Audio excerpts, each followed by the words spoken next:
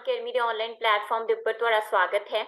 ਅੱਜ ਦੀ ਕਲਾਸ ਦੇ ਵਿੱਚ ਅਸੀਂ ਇੰਟੈਲੀਜੈਂਸ ਟੌਪਿਕ ਦੇ ਨਾਲ ਰਿਲੇਟਡ ਅਗਲੇ ਐਮਸੀਕਿਊ ਕੰਟੀਨਿਊ ਕਰ ਰਹੇ ਹਾਂ। ਆਲਰੇਡੀ ਇੱਕ ਕਲਾਸ ਜਿਹੜੀ ਹੈਗੀ ਹੈ ਇੰਟੈਲੀਜੈਂਸ ਦੇ ਐਮਸੀਕਿਊਜ਼ ਨੂੰ ਲੈ ਕੇ ਹੋ ਚੁੱਕੀ ਹੈ, ਜਿਹਦਾ ਲਿੰਕ ਤੁਹਾਨੂੰ ਡਿਸਕ੍ਰਿਪਸ਼ਨ ਬਾਕਸ ਦੇ ਵਿੱਚ ਮਿਲ ਜਾਊਗਾ। ਠੀਕ ਹੈ ਜੀ। ਅਗਰ ਤੁਸੀਂ ਥਿਊਰੀ ਕਲਾਸਿਸ ਲੈਣਾ ਚਾਹੁੰਦੇ ਹੋ ਤਾਂ ਤੁਸੀਂ 9988001121 ਦੇ ਉੱਪਰ WhatsApp ਕਰਕੇ ਜਾਂ ਕਾਲ ਕਰਕੇ ਕੋਰਸ ਇਨਫੋਰਮੇਸ਼ਨ ਲੈ ਕੇ ਕੋਰਸ ਜੁਆਇਨ ਕਰ ਸਕਦੇ ਹੋ। ਇਸ ਤੋਂ ਬਿਨਾ ਬੇਟਾ ਅਗਰ ਵੀਡੀਓ ਤੁਹਾਡੇ ਲਈ ਹੈਲਪਫੁਲ ਹੋ ਰਹੀਆਂ ਨੇ ਤਾਂ ਵੀਡੀਓ ਨੂੰ ਲਾਈਕ ਜ਼ਰੂਰ ਕਰੋ, ਚੈਨਲ ਨੂੰ ਸਬਸਕ੍ਰਾਈਬ ਕਰੋ ਐਂਡ ਆਲਸੋ ਸ਼ੇਅਰ। ਠੀਕ ਹੈ ਜੀ। ਤਾਂ ਆਪਾਂ ਸਟਾਰਟ ਕਰਦੇ ਹਾਂ ਜੀ ਸਾਡੀ ਅੱਜ ਦੀ ਕਲਾਸ। ਫਰਸਟ ਕੁਐਸਚਨ ਆ ਬੇਟਾ ਜੀ ਇੱਥੇ ਮਤਲਬ ਕਿ ਆਲਰੇਡੀ 15 ਹੋ ਚੁੱਕੀ ਹੈ। ਅੱਜ ਨੈਕਸਟ ਜਿਹੜੇ 15 ਕੁਐਸਚਨ ਅਸੀਂ ਡਿਸਕਸ ਕਰਾਂਗੇ। ਤਾਂ ਆਪਣੇ ਕੋਲ ਕੁਐਸਚਨ ਆ ਜੀ IQ score are generally correlated in which academic performance IQ। ਠੀਕ ਹੈ ਜੀ। ਜੇ ਅਸੀਂ academic field ਯਾਨੀ ਕਿ ਅਕਾਦਮਿਕ ਪੱਖ ਦੇ ਵਿੱਚ ਦੇਖੀਏ ਤਾਂ IQ ਦਾ ਕਿੰਨਾ ਕੁ ਰੋਲ ਆ, ਹਨਾ। ਬੇਸਿਕਲੀ ਇਹ ਕੁਐਸਚਨ ਆ। ਤਾਂ ਆਈਕਿਊ ਮੈਂ ਤੁਹਾਨੂੰ ਆਲਰੇਡੀ ਕਰਾ ਚੁੱਕੀ ਹਾਂ। ਕੀ ਹੁੰਦਾ ਆਈਕਿਊ ਜੀ? Intelligent conscious. ਠੀਕ ਹੈ, ਯਾਨੀ ਕਿ ਬੁੱਧੀਲਤਾ, ਜਿਹਨੂੰ ਅਸੀਂ ਕਿਵੇਂ ਮੇਜ਼ਰ ਕਰਦੇ ਹਾਂ? MA over mental age over chronicle age multiply 100, ਜਿਵੇਂ ਅਸੀਂ ਲਾਸਟ ਕਲਾਸ ਦੇ ਵਿੱਚ ਆਲਰੇਡੀ ਇਹਨੂੰ ਡਿਸਕਸ ਕਰ ਚੁੱਕੇ ਹਾਂ। ਠੀਕ ਹੈ ਜੀ। ਤਾਂ ਤੁਸੀਂ ਦੇਖੋ ਜੇ ਅਸੀਂ ਐਕੈਡੈਮਿਕ ਫੀਲਡ ਦੇ ਵਿੱਚ ਲੈ ਕੇ ਚੱਲੀਏ ਤਾਂ ਅਸੀਂ ਇਹ ਆਖਦੇ ਹਾਂ ਕਿ ਕੋਈ ਵੀ ਬੱਚਾ ਅਗਰ ਇੰਟੈਲੀਜੈਂਟ ਆ, ਬਹੁਤ ਜ਼ਿਆਦਾ ਇੰਟੈਲੀਜੈਂਟ ਆ, ਉਹਦਾ ਆਈਕਿਊ 120 ਆ, ਹਨਾ, ਤਾਂ ਡੈਫੀਨੇਟਲੀ ਇੰਟੈਲੀਜੈਂਟ ਆ, ਤਾਂ ਇਹਦਾ ਮਤਲਬ ਉਹ ਐਕੈਡੈਮਿਕ ਪੱਖ ਦੇ ਵਿੱਚ ਵੀ ਕੀ ਹੋਊਗਾ? ਹਾਈਲੀ ਗੁੱਡ ਹੋਊਗਾ, ਹਨਾ। ਤਾਂ ਆਪਾਂ ਕਹਿ ਸਕਦੇ ਹਾਂ ਕਿ ਜਿਹੜਾ ਆਈਕਿਊ ਸਕੋਰ ਹੈਗਾ ਉਹ ਜਰਨਲੀ ਹਾਈਲੀ ਕੋਰਿਲੇਟਡ ਕੀਤਾ ਜਾਂਦਾ ਵਿਦ ਐਕੈਡੈਮਿਕ ਪਰਫਾਰਮੈਂਸ। ਜਿੰਨਾ ਬੱਚੇ ਦਾ ਆਈਕਿਊ ਹੋਊਗਾ ਉਸੇ ਤਰ੍ਹਾਂ ਦੀ ਉਹਦੀ ਐਕੈਡੈਮਿਕ ਪਰਫਾਰਮੈਂਸ ਹੋਊਗੀ। ਅਗਰ ਬੱਚੇ ਦਾ ਆਈਕਿਊ 80 ਆ ਜਾਨੀ ਬਿਲੋ ਐਵਰੇਜ ਆ ਤਾਂ ਫਿਰ ਉਹ ਜਿਹੜਾ ਇੰਟੈਲੀਜੈਂਟ ਘੱਟ ਹੋਊਗਾ, ਇੱਕ ਅਕਾਦਮਿਕ ਪੱਖ ਦੇ ਵਿੱਚ ਉਹਦੀ ਪਰਫਾਰਮੈਂਸ ਲੋ ਹੋਊਗੀ। ਅਗਰ ਐਵਰੇਜ ਆ, ਠੀਕ ਹੈ, ਉਹਦਾ ਆਈਕਿਊ ਜਿਹੜਾ ਹੈਗਾ ਉਹ 90 ਤੋਂ 110 ਦੇ ਬਿਟਵੀਨ ਆ, ਤਾਂ ਫਿਰ ਉਹਦੀ ਪਰਫਾਰਮੈਂਸ ਆ ਜਿਹੜੀ ਐਵਰੇਜ ਹੋਊਗੀ, ਸਧਾਰਨ ਹੋਊਗੀ ਐਜੂਕੇਸ਼ਨ ਦੇ ਵਿੱਚ। ਅਗਰ ਆਈਕਿਊ 110 ਤੋਂ ਉੱਪਰ ਆ, ਠੀਕ ਹੈ, ਅਬਵ ਆ, ਤਾਂ ਫਿਰ ਉਹ ਐਜੂਕੇਸ਼ਨ ਦੇ ਵਿੱਚ ਵੀ ਅੱਛਾ ਹੋਊਗਾ। ਤੇ ਇਸ ਕਰਕੇ ਆਈਕਿਊ ਦਾ ਤੇ ਜਿਹੜੀ ਅਕੈਡੈਮਿਕ ਪਰਫਾਰਮੈਂਸ ਹੈਗਾ ਦੋਨਾਂ ਦਾ ਆਪਸ ਦੇ ਵਿੱਚ ਬਹੁਤ ਹੀ ਜ਼ਿਆਦਾ ਆਪਾਂ ਕਹਿ ਸਕਦੇ ਹਾਂ ਗੁੱਡ ਰਿਲੇਸ਼ਨ ਆ, ਜਾਂ ਬਹੁਤ ਹੀ ਹਾਈਲੀ ਮਤਲਬ ਪਰਫਾਰਮਡ ਰਿਲੇਸ਼ਨ ਜਿਹੜਾ ਹੈਗਾ ਦੋਨਾਂ ਦੇ ਵਿੱਚ ਪਾਇਆ ਜਾਂਦਾ। ਠੀਕ ਹੈ ਜੀ। ਮਤਲਬ ਜਿੰਨਾ ਆਈਕਿਊ ਓਨੀ ਅੱਛੀ ਜਿਹੜੀ ਹੈਗੀ ਆ ਪਰਫਾਰਮੈਂਸ। ਨੈਕਸਟ ਕੁਐਸਚਨ ਆ ਜੀ ਆਪਣੇ ਕੋਲ, theory of multiple intelligence can't be legitimized as it. ਠੀਕ ਹੈ, ਕਹਿੰਦੇ ਜਿਹੜੀ ਮਲਟੀਪਲ ਇੰਟੈਲੀਜੈਂਸ ਥਿਊਰੀ ਹੈ, ਲਾਸਟ ਕਲਾਸ ਦੇ ਵਿੱਚ ਵੀ ਬਹੁਤ ਵਾਰ ਰਿਪੀਟ ਕਰ ਚੁੱਕੀ ਹੈ ਥਿਊਰੀ ਨੂੰ, ਹਨਾ। ਦੱਸ ਵੀ ਚੁੱਕੀ ਹਾਂ ਕਿ ਹੋਵਰਡ ਗਾਰਡਨਰ ਦੀ ਥਿਊਰੀ ਆ, ਬਹੁਤ ਵਾਰ ਐਗਜ਼ਾਮ ਦੇ ਵਿੱਚ ਤੁਹਾਨੂੰ ਕਾਮਨ ਹੀ ਇਹ ਥਿਊਰੀ ਮਿਲੂਗੀ, ਹਨਾ। ਤੇ ਕਹਿੰਦੀ ਇਸ ਥਿਊਰੀ ਦੇ ਮਤਲਬ ਥਿਊਰੀ ਨੂੰ ਕਿਹਦੇ ਲਈ ਜਾਇਜ਼ ਨਹੀਂ ਠਹਿਰਾਇਆ ਜਾ ਸਕਦਾ? ਸਿੰਪਲ ਅਸੀਂ ਕੀ ਕ੍ਰਿਟੀਸਾਈਜ਼ ਹੋਈ, ਕਿਉਂ ਕ੍ਰਿਟੀਸਾਈਜ਼ ਹੋਈ, ਜਾਂ ਅਸੀਂ ਕਹੀਏ ਕਿਉਂ ਇਹ ਜਾਇਜ਼ ਨਹੀਂ ਠਹਿਰਾਈ ਜਾ ਸਕਦੀ? ਕਿਉਂਕਿ ਬੇਟਾ it is not possible to measure different intelligence as there are not specific test. ठीक है जी। क्योंकि बेटा जी ਇਹਨੇ ਜਿਹੜਾ ਗਾਰਡਨਰ ਹੈਗਾ ਇਹਨੇ ਪਹਿਲਾਂ 7 ਤਰ੍ਹਾਂ ਦੀ ਪਲੱਸ ਕੀਤੀਆਂ 2, ਟੋਟਲ ਹੁਣ 9 ਤਰ੍ਹਾਂ ਦੀ ਇੰਟੈਲੀਜੈਂਸ ਦੇਤੀ। ਹੁਣ ਕਹਿੰਦੇ 9 ਤਰ੍ਹਾਂ ਦੀਆਂ ਇੰਟੈਲੀਜੈਂਸ ਨੂੰ ਜਾਣਨ ਦੇ ਲਈ ਫਿਰ ਸਾਨੂੰ ਉਨੇ ਹੀ ਤਰ੍ਹਾਂ ਦੇ ਟੈਸਟ ਵੀ ਚਾਹੀਦੇ ਆ, ਤੇ ਪ੍ਰੈਕਟੀਕਲੀ ਜੇ ਅਸੀਂ ਦੇਖੀਏ ਤਾਂ ਸਾਡੇ ਕੋਲ ਇੰਨੇ ਟੈਸਟ ਅਵੇਲੇਬਲ ਨਹੀਂ ਹੈਗੇ। ਠੀਕ ਹੈ, ਅਗਰ ਸਾਡੇ ਕੋਲ ਇੰਨੇ ਟੈਸਟ ਅਵੇਲੇਬਲ ਨਹੀਂ ਹੈਗੇ ਤਾਂ ਫਿਰ ਅਸੀਂ ਜਿਹੜਾ ਹੈਗਾ ਮੇਜ਼ਰ ਕਿਵੇਂ ਕਰ ਸਕਦੇ ਹਾਂ ਨਾ। ਤੇ ਕਹਿੰਦੇ ਇਸੇ ਕਰਕੇ ਪੋਸੀਬਲ ਨਹੀਂ ਹੈਗਾ ਕਿ ਡਿਫਰੈਂਟ ਤਰ੍ਹਾਂ ਦੀ ਜਿਹੜੀ ਇੰਟੈਲੀਜੈਂਸ ਹੈਗੀ ਆ ਉਹਨੂੰ ਮਾਪਿਆ ਜਾ ਸਕੇ, ਤੇ ਕਿਉਂਕਿ ਸਾਡੇ ਕੋਲ ਆਲਰੇਡੀ ਇਹਨੂੰ ਮਾਪਣ ਦੇ ਲਈ ਕੋਈ ਸਪੈਸੀਫਿਕ ਟੈਸਟ ਨਹੀਂ ਹੈਗੇ, ਤਾਂ ਇਸ ਕਰਕੇ ਜਿਹੜੀ ਮਲਟੀਪਲ ਇੰਟੈਲੀਜੈਂਸ ਹੈਗੀ ਆ ਉਹ ਲਿਟੀਮਾਈਜ਼ਡ ਨਹੀਂ ਕੀਤੀ ਜਾ ਸਕਦੀ, ਉਹਨੂੰ ਜਾਇਜ਼ ਨਹੀਂ ਠਹਿਰਾਇਆ ਜਾ ਸਕਦਾ ਕਿ ਇੱਕ ਹਿਊਮਨ ਬੀਇੰਗ ਦੇ ਵਿੱਚ ਇੰਨੀਆਂ ਜ਼ਿਆਦਾ ਇੰਟੈਲੀਜੈਂਸ ਹੋਣਗੀਆਂ। ਠੀਕ ਹੈ, ਕਿਉਂਕਿ ਮਾਪਣ ਦੇ ਲਈ ਸਾਡੇ ਕੋਲ ਕੀ ਹੈ ਨਹੀਂਗੇ ਟੈਸਟ। ਠੀਕ ਹੈ ਜੀ। ਨੈਕਸਟ ਹੈਗਾ ਬੇਟਾ ਜੀ learning abilities in mathematics can be assessed mostly appropriately by which of the following test। ਕਹਿੰਦੇ ਲਰਨਿੰਗ ਅਬਿਲਿਟੀਜ਼ ਦੇਖਣੀਆਂ ਨੇ ਕਾਹਦੇ ਚ? ਮੈਥਮੈਟਿਕਸ ਦੇ ਵਿੱਚ। ਠੀਕ ਹੈ, ਤਾਂ ਕਹਿੰਦੇ ਕਿਹੜਾ ਸਭ ਤੋਂ ਜ਼ਿਆਦਾ ਢੁਕਵਾਂ ਟੈਸਟ ਹੋ ਸਕਦਾ?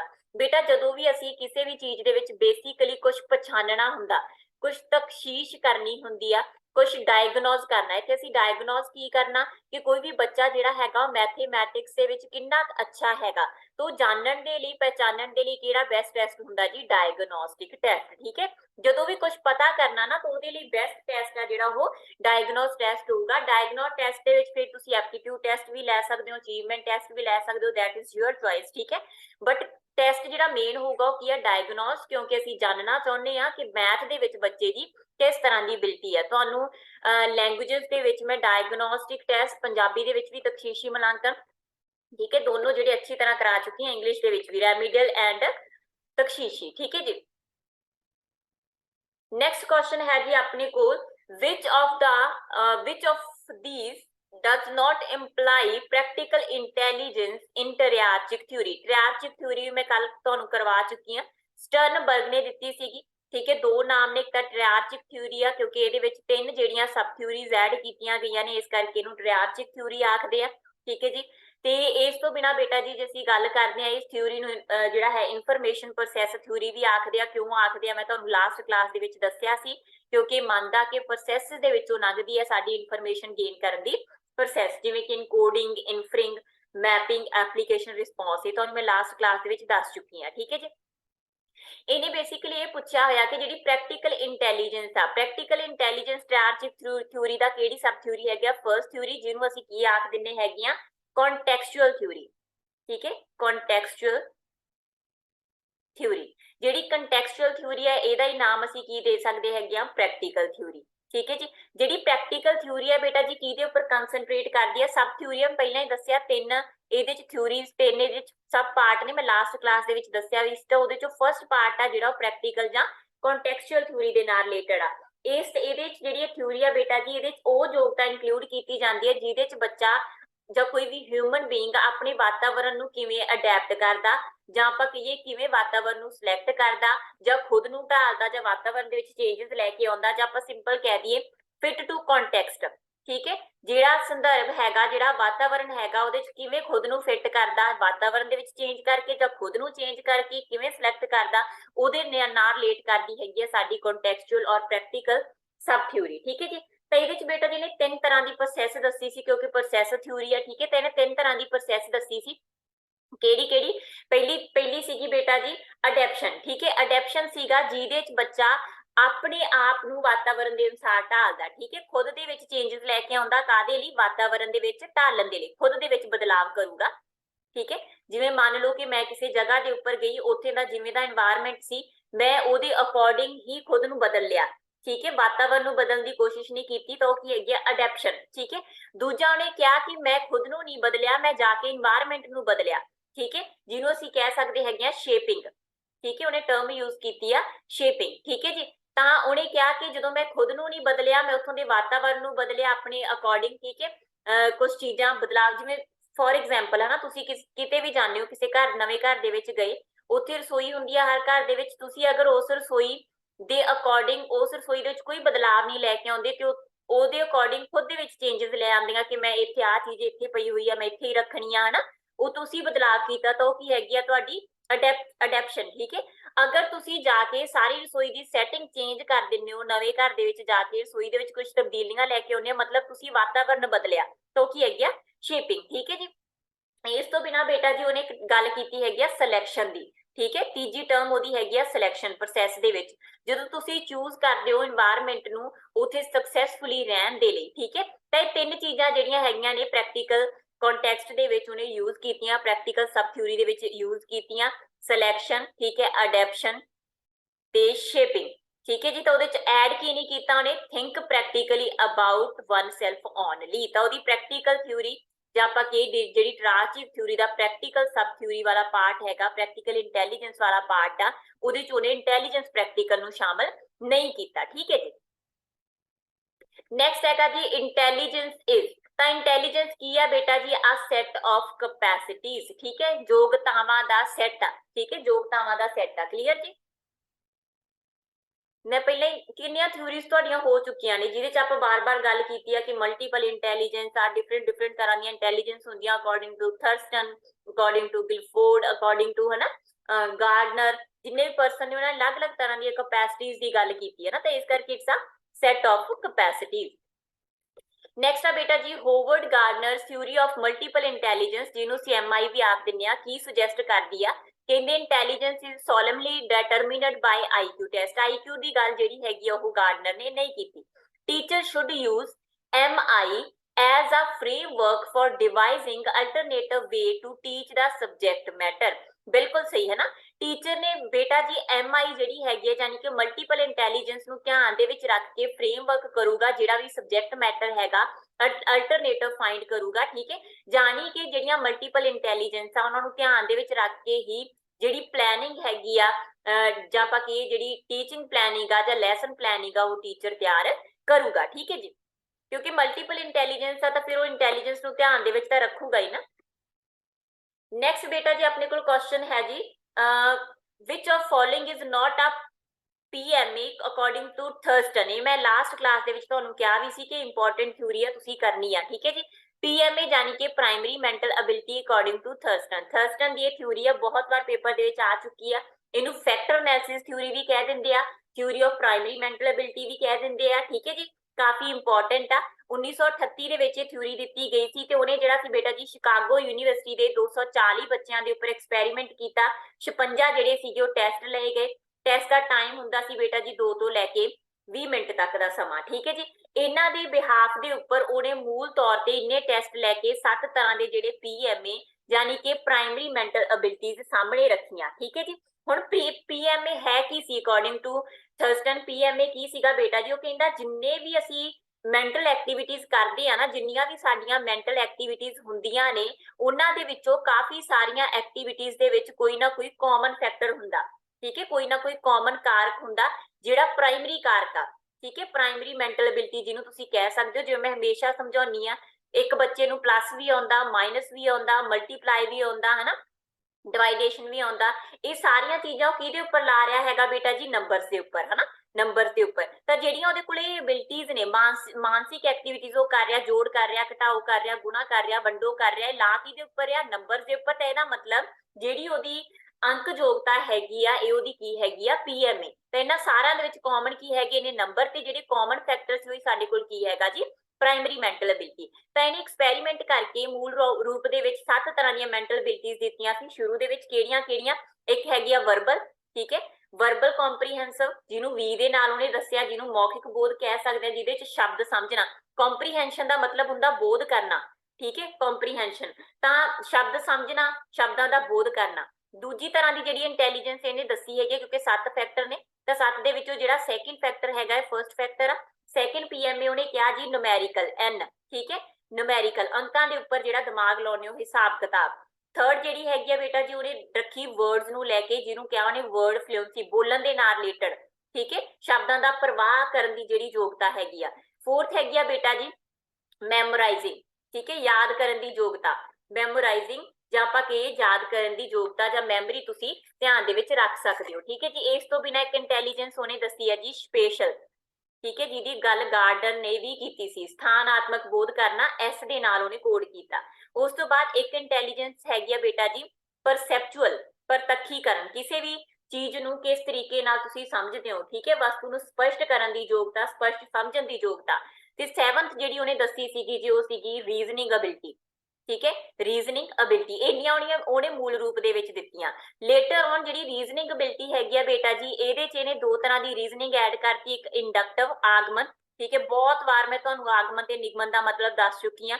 ਡਿਡਕਟਿਵ, ਠੀਕ ਹੈ, ਲਾਈਵ ਸੈਸ਼ਨ ਦੇ ਵਿੱਚ ਵੀ ਕੱਲ ਪਰਸੋਂ ਵਾਲੇ ਜੀ ਤੁਹਾਨੂੰ ਮੈਂ ਕਲੀਅਰ ਕੀਤਾ ਸੀ ਡਿਡਕਟਿਵ, ਨਿਗਮਨ। ਠੀਕ ਹੈ, ਨਿਗਮਨ।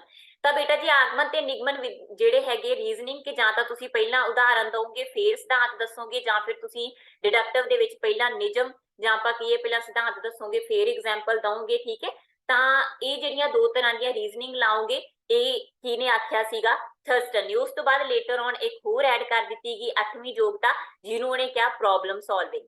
ਠੀਕ ਹੈ, ਪ੍ਰੋਬਲਮ ਸੋਲਵਿੰਗ, ਸਮੱਸਿਆ ਸਮਾਧਾਨ ਦੀ ਯੋਗਤਾ, ਸਮਾਧਾਨ ਦੀ ਯੋਗਤਾ ਜਾਂ ਪ੍ਰੋਵੀਜ਼ਨਲੀ ਇੰਟਰਪ੍ਰੀਟੇਬਲ ਫੈਕਟਰ। ਠੀਕ ਹੈ, ਕਲਾਸ ਦੇ ਵਿੱਚ ਤੁਹਾਨੂੰ ਮੈਂ ਅੱਛੀ ਤਰ੍ਹਾਂ ਕਰਾਏ ਹੋਏ ਆ। ਤੇ 9 ਫੈਕਟਰ ਹੋ ਗਏ। ਤਾਂ ਇਹ ਚ ਕਿਹੜਾ ਸ਼ਾਮਲ ਨਹੀਂ ਆ? ਅਰਿਥਮੈਟਿਕ ਜਾਨੀ ਕਿ ਨੂਮੈਰੀਕਲ, ਉਹਨੇ ਕੱਲ ਕੀਤੀ ਸੀ, ਹੈ ਨਾ। ਐਸੋਸੀਏਟਿਵ ਮੈਮਰੀ ਜਾਨੀ ਕਿ ਮੈਮੋਰਾਈਜ਼ਿੰਗ। ਠੀਕ ਹੈ, ਇੰਡਕਟਿਵ ਰੀਜ਼ਨਿੰਗ ਕਿਹਦੇ ਚ ਐਡ ਕੀਤੀ? ਉਹਨੇ ਰੀਜ਼ਨਿੰਗ ਦੇ ਅੰਡਰ ਐਡ ਕਰਤੀ ਸੀ। ਤਾਂ ਉਹਨੇ ਸ਼ਾਮਲ ਕੀ ਨਹੀਂ ਕੀਤਾ ਸੀਗਾ ਬੇਟਾ ਜੀ? that is thinking speed। thinking speed ਦੀ ਗੱਲ ਜਿਹੜੀ ਹੈਗੀ ਆ ਉਹ ਥਰਸਟਨ ਨੇ ਨਹੀਂ ਕੀਤੀ। ਥਿੰਕਿੰਗ ਸਪੀਡ ਦੀ ਗੱਲ ਕਿਹਨੇ ਕੀਤੀ ਸੀ ਬੇਟਾ ਜੀ? ਥੋਰਨਡਾਈਕ ਨੇ। ਠੀਕ ਹੈ ਜੀ, ਥੋਰਨਡਾਈਕ ਦੀ ਥਿਊਰੀ ਮੈਂ ਤੁਹਾਨੂੰ ਕਲਾਸ ਦੇ ਵਿੱਚ ਕਰਾ ਚੁੱਕੀ ਹਾਂ, ਜਿਹਨੂੰ ਉਹਨੇ ਅਨਾਰਚਿਕ ਥਿਊਰੀ ਕਿਹਾ ਸੀਗਾ, ਅਟੋਮਿਸਟਿਕ ਥਿਊਰੀ ਦਾ ਨਾਮ ਦਿੱਤਾ ਸੀ, ਹੈ ਨਾ, ਥੋਰਨਡਾਈਕ ਦੀ ਥਿਊਰੀ। ਅਨਾਰਚਿਕ ਥਿਊਰੀ ਔਰ ਅਟੋਮਿਸਟਿਕ ਥਿਊਰੀ, ਜਿਹਦੇ ਚ ਉਹਨੇ ਐਟਰੀਬਿਊਟ ਦਿੱਤੇ ਸੀਗੇ, ਹਨਾ। ਐਟਰੀਬਿਊਟਸ ਮੈਂ ਸਾਰੀ ਥਿਊਰੀ ਨਹੀਂ ਕਰਾਉਂਗੀ, ਨਾਰਮਲ ਇੱਥੇ ਐਟਰੀਬਿਊਟਸ ਲਿਖ ਦਿੰਨੀ ਆ। ਤੇ ਐਟਰੀਬਿਊਟਸ ਦਿੱਤੇ ਸੀਗੇ ਕਿ ਇੰਟੈਲੀਜੈਂਸ ਦੇ ਕੁਝ ਐਟਰੀਬਿਊਟਸ ਹੁੰਦੇ ਨੇ, ਜਿਹਦੇ ਵਿੱਚ ਉਹਨੇ ਕਿਹਾ ਪਹਿਲਾ ਲੈਵਲ ਹੁੰਦਾ। ਠੀਕ ਹੈ, ਫਿਰ ਸਪੀਡ ਹੁੰਦੀ ਆ, ਫਿਰ ਆ ਜਿਹੜਾ ਬਿਲਡ ਸੌਰੀ ਫਿਰ ਲੈਵਲ ਹੁੰਦਾ, ਲੈਵਲ ਤੋਂ ਬਾਅਦ ਜਿਹੜੀ ਹੁੰਦੀ ਆ ਬੇਟਾ ਜੀ ਰੇਂਜ ਹੁੰਦੀ ਆ, ਰੇਂਜ ਤੋਂ ਬਾਅਦ ਏਰੀਆ ਹੁੰਦਾ, ਅੱਛੀ ਤਰ੍ਹਾਂ ਤੁਹਾਨੂੰ ਕਲਾਸ ਦੇ ਵਿੱਚ ਕਰਵਾਏ ਹੁੰਦੇ ਆ, ਤੇ ਫਿਰ ਹੁੰਦੀ ਆ ਸਪੀਡ। ਇਹਨਾਂ ਚਾਰਾਂ ਦੇ ਆਧਾਰ ਦੇ ਉੱਪਰ ਅਸੀਂ ਕਿਸੇ ਵੀ ਪਰਸਨ ਦੀ ਇੰਟੈਲੀਜੈਂਸ ਜੱਜ ਕਰ ਸਕਦੇ ਹਾਂ, ਠੀਕ ਹੈ, ਅਕੋਰਡਿੰਗ ਟੂ ਥੋਰਨਡਾਈਕ। ਤੇ ਨਾਲ ਹੀ ਬੇਟਾ ਜੀ ਜਿਹੜਾ ਥੋਰਨਡਾਈਕ ਸੀਗਾ ਉਹਨੇ ਜਿਹੜੀ 3 ਤਰ੍ਹਾਂ ਦੀ ਇੰਟੈਲੀਜੈਂਸ ਵੀ ਸਾਹਮਣੇ ਰੱਖੀ ਸੀ, ਸੋਸ਼ਲ ਇੰਟੈਲੀਜੈਂਸ, ਕੌਨਕਰੀਟ ਇੰਟੈਲੀਜੈਂਸ ਤੇ ਐਬਸਟ੍ਰੈਕਟ ਇੰਟੈਲੀਜੈਂਸ। ਇਹ ਸਾਰੀਆਂ ਤੁਹਾਨੂੰ ਮੈਂ ਕਲਾਸ ਦੇ ਵਿੱਚ ਕਰਵਾ ਚੁੱਕੀ ਹਾਂ। ਜਿਹੜੀ ਥਿੰਕਿੰਗ ਸਪੀਡ ਟਰਮ ਹੈਗੀ ਆ ਇਹ ਥੋਰਨਡਾਈਕ ਦੀ ਇੰਟੈਲੀਜੈਂਸ ਦੇ ਨਾਲ ਰਿਲੇਟ ਕਰਦੀ ਹੈ। ਨੈਕਸਟ ਹੈਗਾ ਬੇਟਾ ਜੀ ਆਪਣੇ ਕੋਲ, ਇਹ ਮੈਂ ਲਾਸਟ ਕਲਾਸ ਦੇ ਵਿੱਚ ਵੀ ਤੁਹਾਨੂੰ ਦੱਸਿਆ ਸੀ, ਕ੍ਰਿਸਟਲਾਈਜ਼ ਐਂਡ ਜਿਹੜੀ ਫਲੂਇਡ ਇੰਟੈਲੀਜੈਂਸ ਹੈ ਨਾ, ਤੇ ਇੱਥੇ ਕ੍ਰਿਸਟਲਾਈਜ਼ ਦੇ ਨਾਲ ਪੁੱਛਿਆ ਹੋਇਆ। ਕ੍ਰਿਸਟਲਾਈਜ਼ਡ ਇੰਟੈਲੀਜੈਂਸ ਡਿਪੈਂਡਸ ਅਪਨ, ਕਿਹਦੇ ਉੱਪਰ ਡਿਪੈਂਡ ਕਰਦੀ ਹੈ? ਮੈਂ ਦੱਸਿਆ ਸੀਗਾ ਕਿ ਫਲੂਇਡ ਇੰਟੈਲੀਜੈਂਸ ਆ ਤੇ ਕ੍ਰਿਸਟਲਾਈਜ਼ਡ ਇੰਟੈਲੀਜੈਂਸ ਆ। ਫਲੂਇਡ ਆ ਜਿਹੜੀ ਜਨਮਜਾਤ ਹੈ, ਇਹਦੇ ਉੱਪਰ ਕਿਸੇ ਵੀ ਸਿੱਖਣ ਦਾ, ਕਿਸੇ ਵੀ ਚੀਜ਼ ਦਾ ਜਿਹੜਾ ਅਸਰ ਨਹੀਂ ਹੁੰਦਾ। ਬਟ ਜਿਹੜੀ ਕ੍ਰਿਸਟਲਾਈਜ਼ਡ ਇੰਟੈਲੀਜੈਂਸ ਹੈਗੀ ਹੈ ਇਹਦੇ ਉੱਪਰ ਤੁਹਾਡੀ ਲਰਨਿੰਗ ਦਾ, ਤੁਹਾਡੇ ਐਕਸਪੀਰੀਐਂਸਿਸ ਦਾ ਅਸਰ ਹੁੰਦਾ। ਤਾਂ ਕਿਹਦੇ ਉੱਪਰ ਨਿਰਭਰ ਕਰਦੀ ਹੈ ਜਿਹੜੀ ਸਾਡੀ ਕ੍ਰਿਸਟਲਾਈਜ਼ਡ ਹੈਗੀ ਆ? ਲਰਨਿੰਗ ਤੇ ਐਕਸਪੀਰੀਐਂਸ ਦੇ ਉੱਪਰ। ਇਹ ਕਿਹਨੇ ਦਿੱਤੀ ਸੀ ਜੀ? ਕੈਟਲ ਨੇ। ਲੇਟਰ ਔਨ ਜਿਹੜਾ ਇਹਨੂੰ ਅੱਗੇ ਪ੍ਰਮੋਟ ਕੀਤਾ ਜਾਂ ਡਿਵੈਲਪ ਕੀਤਾ ਉਹ ਕਿਹਨੇ ਕੀਤਾ ਜੀ? ਹਾਰਨ ਨੇ। ਠੀਕ ਹੈ ਜੀ। ਨੈਕਸਟ ਹੈਗਾ ਜੀ, which of following is a critic of theory of multiple intelligence. Multiple intelligence ਜਿਹੜੀ ਹੈਗੀ ਆ ਉਸ ਥਿਊਰੀ ਦਾ ਕ੍ਰਿਟਿਸਿਜ਼ਮ ਕਿਉਂ ਕੀਤਾ ਗਿਆ? ਗਾਰਡਨਰ ਦੀ ਥਿਊਰੀ ਸੀ, ਕਿਉਂ ਕੀਤਾ ਗਿਆ ਜੀ?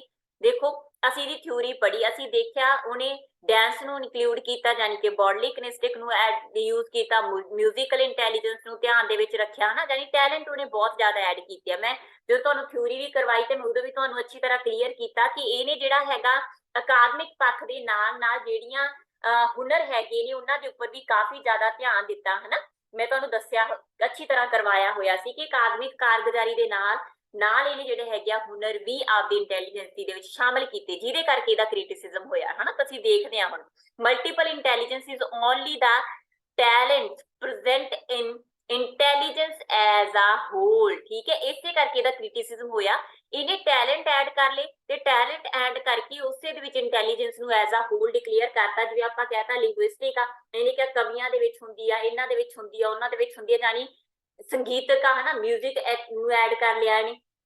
ਜਾਂ ਜਿਹੜੀਆਂ ਹੈਗੀਆਂ ਹੋਰ ਵੀ ਬਾਕੀ ਇੰਟੈਲੀਜੈਂਸ, ਡਾਂਸ, ਬੋਡਲੀ ਕਿਨੇਸਟਿਕ, ਹਨਾ, ਜਾਂ ਸਪੋਰਟਸ ਹੈਗੀਆਂ, ਤਾਂ ਹੁਨਰ ਕਾਫੀ ਜ਼ਿਆਦਾ ਇਹਨੇ ਐਡ ਕੀਤੇ ਨੇ, ਬਜਾਏ ਕਿ ਜਿਹੜੇ ਡੈਫੀਨੇਟ ਜਿਹੜੇ ਹੈਗੇ ਇੰਟੈਲੀਜੈਂਸ ਦੇ ਉੱਪਰ ਕੰਸਨਟ੍ਰੇਟ ਕਰਨ ਦੀ ਬਜਾਏ। ਤਾਂ ਟੈਲੈਂਟਸ ਨੂੰ ਇਹਨੇ ਇੰਟੈਲੀਜੈਂਸ ਦੇ ਨਾਲ ਕੋਰਿਲੇਟ ਕਰਤਾ, ਜਿਹਦੇ ਕਰਕੇ ਇਹਦਾ ਕ੍ਰਿਟਿਸਿਜ਼ਮ ਹੋਇਆ।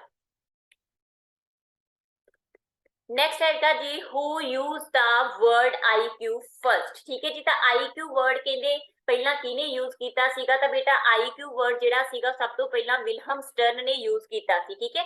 ਵਿਲਹਮ ਸਟਰਨ ਨੇ IQ ਯਾਨੀ ਕਿ ਇੰਟੈਲੀਜੈਂਸ ਕੌਨਸ਼ੀਅੰਟ ਵਰਡ ਜਿਹੜਾ ਯੂਜ਼ ਕੀਤਾ ਸੀ 1912 ਈਸਵੀ ਦੇ ਵਿੱਚ, ਠੀਕ ਹੈ ਜੀ। ਉਸ ਤੋਂ ਬਾਅਦ ਬੇਟਾ ਜੀ 1916 ਈਸਵੀ ਦੇ ਵਿੱਚ ਜਦੋਂ ਟਰਮਨ ਨੇ ਰਿਵਾਈਜ਼ ਕੀਤਾ ਟੈਸਟ ਨੂੰ, ਕਿਹੜੇ ਟੈਸਟ ਨੂੰ ਜੀ?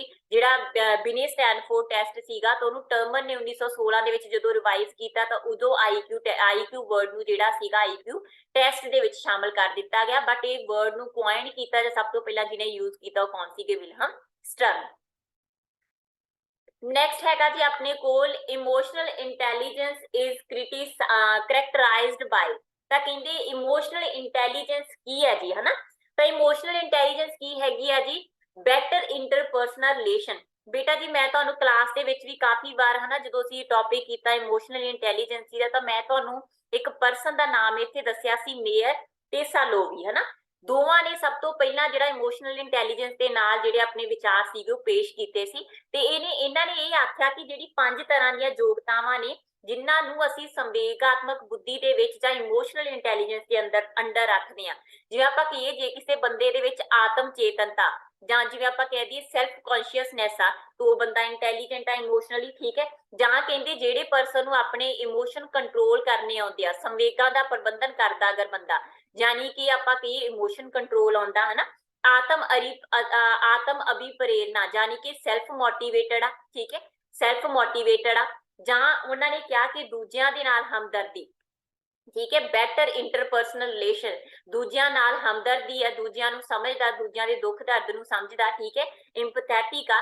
ਜਾਂ ਫਿਰ ਆਪਾਂ ਕਹੀਏ ਮਧੁਰ ਸੰਬੰਧ ਆ, ਠੀਕ ਹੈ, ਮਧੁਰ ਸੰਬੰਧ ਆ, ਦੂਜਿਆਂ ਦੇ ਨਾਲ ਜਿਹੜੇ ਉਹਦੇ ਸੰਬੰਧ ਜਿਹੜੇ ਹੈਗੇ ਨੇ ਉਹ ਚੰਗੇ ਨੇ, ਠੀਕ ਹੈ। ਤਾਂ ਇਹ ਜਿਹੜੀਆਂ 5 ਵਿਸ਼ੇਸ਼ਤਾਵਾਂ ਨੇ ਉਹ ਬੰਦੇ ਦੇ ਵਿੱਚ ਹੁੰਦੀਆਂ ਨੇ ਜਿਹੜਾ ਇਮੋਸ਼ਨਲੀ ਇੰਟੈਲੀਜੈਂਟ ਹੁੰਦਾ ਅਕੋਰਡਿੰਗ ਟੂ ਮੇयर ਐਂਡ ਸਲੋਵੀ। ਤਾਂ ਉਹਦੇ ਅਕੋਰਡਿੰਗ ਬੇਟਾ ਦੇਖੋ ਫਿਰ ਸਾਡੇ ਕੋਲ ਆਂਸਰ ਕੀ ਆ ਗਿਆ, ਬੈਟਰ ਇੰਟਰਪਰਸਨਲ ਰਿਲੇਸ਼ਨਸ਼ਿਪ। ਤਾਂ ਕਹਿੰਦੇ ਜਿਹੜੇ ਬੰਦੇ ਚੰਗੇ ਰਿਲੇਸ਼ਨ ਬਣਾ ਸਕਦੇ ਆ, ਮਦਰ ਰਿਲੇਸ਼ਨ ਬਣਾ ਸਕਦੇ ਆ, ਉਹ ਕੀ ਹੁੰਦੇ ਨੇ, ਇਮੋਸ਼ਨਲੀ ਇੰਟੈਲੀਜੈਂਟ। ਠੀਕ ਹੈ ਜੀ। ਨੈਕਸਟ ਬੇਟਾ ਜੀ which the name of Goleman is known for. Goleman ਬੇਟਾ ਜੀ ਇਹ ਵੀ ਮੈਂ ਤੁਹਾਨੂੰ ਅੱਛੀ ਤਰ੍ਹਾਂ ਕਲਾਸ ਦੇ ਵਿੱਚ ਕਰਵਾਇਆ ਹੋਇਆ ਸੀਗਾ ਕਿ ਜਿਹੜੀ ਸੰਵੇਗਾਤਮਕ ਇੰਟੈਲੀਜੈਂਸ ਆ, ਬੇਸ਼ੱਕ ਉਹਨੂੰ 1990 ਦੇ ਵਿੱਚ ਯੂਜ਼ ਕਰ ਲਿਆ ਸੀਗਾ ਇਸ ਟਰਮ ਨੂੰ, ਜਾਂ ਆਪਾਂ ਕਹੀਏ ਜਿਹੜੀ ਇਹਨਾਂ ਲਈ ਐਕਸਪੈਰੀਮੈਂਟ ਜਾਂ ਯੂਜ਼ ਕੀਤਾ ਗਿਆ ਉਹ ਪੀਟਰ ਸਲੋਵੀ ਤੇ ਜੌਨ ਮੇਅਰ ਨੇ ਕੀਤਾ ਸੀ। ਬਟ ਲੇਟਰ ਔਨ ਨਾ 1995 ਈਸਵੀ ਦੇ ਵਿੱਚ ਇੱਕ ਬੁੱਕ ਪਬਲਿਸ਼ ਹੋਈ ਜਿਹਦਾ ਨਾਮ ਸੀਗਾ ਇਮੋਸ਼ਨਲ इंटेलिजेंस। ठीक है, emotional intelligence, Y it matters. ठीक है, Y it matters more than IQ। ठीक है, मोर देन IQ। कहते जी इमोशनल इंटेलिजेंस हैगी आ वो क्यों ज्यादा मैटर करती है IQ तो। ठीक है, IQ तो ज्यादा मैटर करती है। ये किने गल कीती सी जी, गोलमैन ने कीती सी। गोलमैन दी ही ये पुस्तक सीगी न्यूयॉर्क टाइम्स दे विच डैनियल गोलमैन दा पूरा नाम आ डैनियल गोलमैन ने न्यूयॉर्क टाइम्स दे विच 1995 दे विच अपनी एक पुस्तक emotional intelligence why it matters more than IQ क्यों ज्यादा इंपॉर्टेंट आ ये जिक्र किया। ते बेटा जे असीं देखिए ना डेफिनेटली ज्यादा इंपॉर्टेंट आ। तुसीं देखो अगर तुसीं इमोशनली गुड हो ना ਤਾਂ ਹੀ ਤੁਸੀਂ ਕਿਸੇ ਕੰਮ ਨੂੰ ਅੱਛੇ ਤਰੀਕੇ ਦੇ ਨਾਲ ਕਰ ਸਕਦੇ ਹੋ, ਤਾਂ ਹੀ ਤੁਹਾਡੀ ਪਰਫਾਰਮੈਂਸ ਆ ਜਿਹੜੀ ਅੱਛੀ ਹੋਊਗੀ। ਅਗਰ ਦੇਖੋ ਸਾਡਾ ਟੈਸਟ ਆ, ਪੇਪਰ ਆ ਤੁਹਾਡਾ, ਠੀਕ ਹੈ, ਤੁਹਾਡੇ ਘਰੇ ਕੋਈ ਟ੍ਰੈਜਡੀ ਹੋ ਜਾਂਦੀ ਹੈ, ਕਿਸੇ ਦੇ ਕੋਈ ਮਾੜੀ ਮੋਟੀ ਸੱਟ ਲੱਗ ਗਈ ਜਾਂ ਕੋਈ ਵੀ ਚੀਜ਼ ਜਿਹੜੀ ਤੁਹਾਨੂੰ ਦੁੱਖ ਦਿੰਦੀ ਆ ਨਾ, ਦੁੱਖ ਦਿੰਦੀ ਆ, ਕੋਈ ਵੀ ਇਸ ਤਰ੍ਹਾਂ ਦੀ ਘਟਨਾ ਹੁੰਦੀ ਆ, ਤੁਹਾਡਾ IQ ਅੱਛਾ ਵੀ ਹੈਗਾ ਨਾ, ਤਾਂ ਵੀ ਤੁਹਾਡਾ ਜਿਹੜਾ ਟੈਸਟ ਹੈਗਾ, ਪੇਪਰ ਹੈਗਾ, ਉਹ ਪ੍ਰਭਾਵਿਤ ਹੋਊਗਾ ਹੀ ਹੋਊਗਾ। ਤਾਂ ਕਹਿੰਦੇ ਇਸੇ ਕਰਕੇ ਜਿਹੜਾ ਜ਼ਿਆਦਾ ਮੈਟਰ ਕਰਦੀ ਆ ਸਾਡੀ ਇਮੋਸ਼ਨਲ ਇੰਟੈਲੀਜੈਂਸੀ ਕਿਹਦੇ ਤੋਂ ਜੀ, IQ ਤੋਂ। ਅਗਰ ਤੁਸੀਂ ਉਸ ਟ੍ਰੈਜਡੀ ਜਿਹੜੀ ਹੋਈ ਆ ਉਹਦੇ ਵਿੱਚ ਵੀ ਆਪਣੇ ਇਮੋਸ਼ਨਸ ਦੇ ਉੱਪਰ ਕੰਟਰੋਲ ਪਾ ਲਓਗੇ, ਇਹਦਾ ਮਤਲਬ ਤੁਸੀਂ ਕਿਉਂ ਇਮੋਸ਼ਨਲੀ ਜ਼ਿਆਦਾ ਇੰਟੈਲੀਜੈਂਟ ਹੋ, ਫਿਰ ਤੁਹਾਡਾ ਟੈਸਟ ਵੀ ਬੈਟਰ ਤਰੀਕੇ ਦਾ ਹੋਊਗਾ। ਤੇ ਇਹੀ ਕੀ ਹੈਗੀ ਆ ਜੀ ਇਮੋਸ਼ਨਲ ਇੰਟੈਲੀਜੈਂਸ, ਜਿਹਦਾ ਗੱਲ ਕੀਤੀ ਸੀਗੀ ਗੋਲਮੈਨ ਨੇ। ਦੈਨ ਬੇਟਾ ਜੀ ਵਰਡ ਹੈਗਾ ਸਾਡੇ ਕੋਲ ਇਮੋਸ਼ਨ, ਕਹਿੰਦੇ ਕਿੱਥੋਂ ਡੈਰੀਵੇਟ ਹੋਇਆ, ਤਾਂ ਮੈਂ ਇਹਦੀ ਕਲਾਸ ਦੇ ਵਿੱਚ ਅੱਛੀ ਤਰ੍ਹਾਂ ਕਰਵਾਇਆ ਹੋਇਆ ਕਿ ਇਮੋਸ਼ਨ ਵਰਡ ਜਿਹੜਾ ਹੈਗਾ ਲੈਟਿਨ ਭਾਸ਼ਾ ਦਾ ਇੱਕ ਵਰਡ ਆ ਇਮੋਵੇਅਰ। ठीक है, इमोवेयर तो आया होया। इमोवेयर का मतलब होंदा हिलाउणा। ठीक है, जां कोई भी एवें दी चीज जिहड़ी तुहाडे अंदर हिलजुल पैदा करदी, कोई भी इस तरह की फीलिंग जिहड़ी तुहाडे अंदर मतलब उथल पुथल पैदा करदी, तो ओही की हुंदे ने जी साडे इमोशन। नैक्सट क्वेश्चन है जी इमोशनल इंटैलीजेंस इज, कहते इमोशनल इंटैलीजेंस की है जी being smart about emotional situation. ठीक है, the ability to understand use and manage emotion, never getting angry. ठीक है, तो हुण देखो मैं हमेशा कहनी ने जदों तुहाडे कोल इह लगन कि सारियां स्टेटमेंट है राइट है, तो उहदे च एक परफेक्ट स्टेटमेंट तुसीं फाइंड करनी हुंदी आ। तो परफेक्ट साडे कोल किहड़ी लग रही है जी, आहा द एबिलिटी टू अंडरस्टैंड, योग्यता हैगी है समझण दी, वरतन दी ते मैनेज करन दी अपने इमोशंस। ठीक है, यही इमोशनल इंटैलीजेंसी आ। अगर तुसी अपने इमोशन समझदे हो, ਉਹਨਾਂ ਨੂੰ ਕਿਵੇਂ ਵਰਤਣਾ ਹੈਗਾ ਤੇ ਕਿਵੇਂ ਇਮੋਸ਼ਨਸ ਨੂੰ ਕੰਟਰੋਲ ਕਰਨਾ ਹੈ ਜਾਣਦੇ ਹੋ, ਤਾਂ ਇਹਦਾ ਮਤਲਬ ਤੁਸੀਂ ਇਮੋਸ਼ਨਲੀ ਕੀ ਹੈਗੇ ਹੋ, ਇੰਟੈਲੀਜੈਂਟ।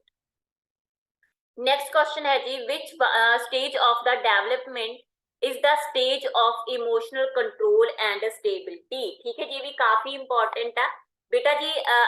ਜਦੋਂ ਇੱਕ ਬੱਚਾ ਜੰਮਦਾ ਹੈ ਨਾ ਉਦੋਂ ਤੋਂ ਹੀ ਉਹਦੇ ਚ ਇਮੋਸ਼ਨਸ ਹੁੰਦੇ ਨੇ। ਇਨਫੈਂਸੀ ਕਾਲ ਦੇ ਵਿੱਚ ਹੀ ਬੱਚੇ ਦੇ ਵਿੱਚ ਬਹੁਤ ਸਾਰੇ ਇਮੋਸ਼ਨਸ ਹੁੰਦੇ ਨੇ, ਪ੍ਰੀ ਚਾਈਲਡਹੁੱਡ ਦੇ ਵਿੱਚ ਇਮੋਸ਼ਨ ਹੋਰ ਐਡ ਹੋ ਜਾਂਦੇ ਨੇ, ਬਟ ਇਹਨਾਂ ਦੋਨੋਂ ਸਟੇजेस ਦੇ ਵਿੱਚ ਬੱਚੇ ਦੇ ਉੱਪਰ ਇਮੋਸ਼ਨ ਕੰਟਰੋਲ ਨਹੀਂ ਹੁੰਦਾ। ਉਹਨੇ ਰੋਣਾ ਵੀ ਆ ਤਾਂ ਉੱਚੀ ਰੋਂਦਾ, ਠੀਕ ਹੈ, ਉਹਨੇ ਹੱਸਣਾ ਵੀ ਆ ਤਾਂ ਉੱਚੀ ਹੱਸਦਾ, ਉਹਦਾ ਜਿੱਥੇ ਜਦੋਂ ਜੀ ਕਰਦਾ ਉਸ ਇਮੋਸ਼ਨ ਨੂੰ ਸ਼ੋ ਕਰਦਾ। ਬਟ ਜਦੋਂ ਬੱਚਾ ਲੇਟਰ ਚਾਈਲਡਹੁੱਡ ਦੇ ਵਿੱਚ ਜਾਂਦਾ ਤਾਂ ਫਿਰ ਉਹ ਆਪਣੇ ਇਮੋਸ਼ਨਸ ਨੂੰ ਥੋੜਾ ਬਹੁਤ ਕੰਟਰੋਲ ਕਰਨਾ ਸਿੱਖ ਜਾਂਦਾ। ਜਿਵੇਂ ਬੱਚਾ ਸਕੂਲ ਦੇ ਵਿੱਚ ਜਾਂਦਾ ਫਿਰ ਉਹ ਉੱਚੀ ਨਹੀਂ ਰੋਂਦਾ, ਠੀਕ ਹੈ, ਉਹਨੂੰ ਕੋਈ ਚੀਜ਼ ਚਾਹੀਦਾ ਤਾਂ ਉੱਚੀ ਉੱਚੀ ਰੋ ਕੇ ਨਹੀਂ ਦੱਸਦਾ। ਥੋੜਾ ਜਿਹਾ ਇਹ ਨਹੀਂ ਹੁੰਦਾ ਕਿ ਪਰਫੈਕਟਲੀ ਉਹ ਇੱਕੋ ਦਮ ਕੰਟਰੋਲ ਕਰ ਲੈਂਦਾ, ਹੌਲੀ ਹੌਲੀ ਲੇਟਰ ਚਾਈਲਡਹੁੱਡ ਸਟੇਜ ਦੇ ਵਿੱਚ ਆਪਣੇ ਜਿਹੜੇ ਇਮੋਸ਼ਨਸ ਹੈਗੇ ਉਹਨਾਂ ਨੂੰ ਕੰਟਰੋਲ ਕਰਨਾ ਸ਼ੁਰੂ ਕਰ ਦਿੰਦਾ। ਤੇ ਜਦੋਂ ਤੱਕ ਅਡੋਲਸੈਂਟ ਸਟੇਜ ਦੇ ਵਿੱਚ ਜਾਂਦਾ ਹੈ ਨਾ, ਉਦੋਂ ਤੱਕ ਉਹ ਆਲਮੋਸਟ ਸਾਡੇ ਵਰਗਾ ਬਣ ਚੁੱਕਿਆ ਹੁੰਦਾ, ਜਿਹੜਾ ਬੰਦਾ ਆਪਣੇ ਅੰਦਰ ਆਪਣੇ ਇਮੋਸ਼ਨਸ ਨੂੰ ਅਸੀਂ ਦੇਖੋ ਮੈਚਿਓਰ ਜਿਹੜੇ ਹੁੰਦੇ ਆ ਜਾਂ ਅਸੀਂ ਜਿਹੜੇ ਅਡਲਟ ਹੈਗੇ ਆ, ਸਾਨੂੰ ਜੇ ਕਿਤੇ ਗੁੱਸਾ ਵੀ ਆਉਂਦਾ ਅਸੀਂ ਆਪਣੇ ਅੰਦਰ ਦੱਬਦੇ ਆ ਹਨਾ, ਜਾਂ ਜੇ ਸਾਨੂੰ ਕਿਤੇ ਰੋਣ ਵੀ ਆਉਂਦਾ ਤਾਂ ਮੰਨ ਲਓ ਤੁਸੀਂ ਕਿਤੇ ਵੀ ਟਰੈਵਲ ਕਰ ਰਹੇ ਹੋ, ਆਸੇ ਪਾਸੇ ਤੁਹਾਡੀ ਪਬਲਿਕ ਆ, ਕੁਛ ਐਵੇਂ ਦੀ ਘਟਨਾ ਹੋ ਜਾਂਦੀ ਆ ਨਾ ਕਿ ਤੁਹਾਨੂੰ ਉੱਤੇ ਰੋਣ ਆਉਂਦਾ, ਤੁਸੀਂ ਉਹਨੂੰ ਆਪਣੇ ਅੰਦਰ ਹੀ ਰੋ ਰਹੇ ਹੁੰਦੇ, ਉਹਨੂੰ ਬਾਹਰ ਰਿਪਰੈਜ਼ੈਂਟ ਨਹੀਂ ਕਰਦੇ। ਜੇ ਇੱਥੇ ਬੱਚਾ ਹੁੰਦਾ ਉਹਦੇ ਨਾਲ ਕੋਈ ਵੀ ਘਟਨਾ ਹੁੰਦੀ ਉਹਨੇ ਉੱਚੀ ਉੱਚੀ, ਉਹਨੂੰ ਟੌਫੀ ਵੀ ਨਹੀਂ ਮਿਲਦੀ ਤਾਂ ਉੱਚੀ ਉੱਚੀ ਪਬਲਿਕ ਦੇ ਵਿੱਚ ਵੀ ਰੋਣ ਲੱਗ ਜਾਂਦਾ, ਤੁਸੀਂ ਰੋਂਦੇ ਹੋ ਨਹੀਂ ਰੋਂਦੇ, ਹਨਾ। ਤਾਂ ਇਹਦਾ ਮਤਲਬ ਕੀ ਆ ਕਿ ਬੱਚਾ ਲੇਟਰ ਚਾਈਲਡਹੁੱਡ ਦੇ ਵਿੱਚ ਆਪਦੇ ਇਮੋਸ਼ਨਸ ਜਿਹੜੇ ਹੈਗੇ ਨੇ ਉਹਨਾਂ ਨੂੰ ਕੰਟਰੋਲ ਕਰਨਾ ਪ੍ਰੋਪਰ ਤਰੀਕੇ ਨਾਲ ਹਨਾ ਸਿੱਖਦਾ ਹੈਗਾ। ਤਾਂ ਇਸ ਕਰਕੇ ਜਿਹੜਾ ਪੀਰੀਅਡ ਹੈਗਾ ਇਸ ਪੀਰੀਅਡ ਨੂੰ ਲੇਟਰ ਚਾਈਲਡਹੁੱਡ ਪੀਰੀਅਡ ਨੂੰ ਸਥਿਰਤਾ ਤੇ ਕੰਟਰੋਲ ਦਾ ਇਮੋਸ਼ਨ ਕੰਟਰੋਲ ਦਾ ਪੀਰੀਅਡ ਜਿਹੜਾ ਅਸੀਂ ਕੰਸੀਡਰ ਕਰਦੇ ਹਾਂ। ਠੀਕ ਹੈ ਜੀ, ਤਾਂ ਇਹ ਸੀ ਬੇਟਾ ਜੀ ਤੁਹਾਡੀ ਅੱਜ ਦੀ ਕਲਾਸ। ਨੈਕਸਟ ਕਲਾਸ ਦੇ ਵਿੱਚ ਜਿਹੜੇ ਹੈਗੇ ਨੇ ਫਰਦਰ MCQ ਲੈ ਕੇ ਮਿਲਾਂਗੇ। ਤਾਂ ਮਿਲਦੇ ਹਾਂ ਨੈਕਸਟ ਕਲਾਸ ਵਿੱਚ। Thank you so much.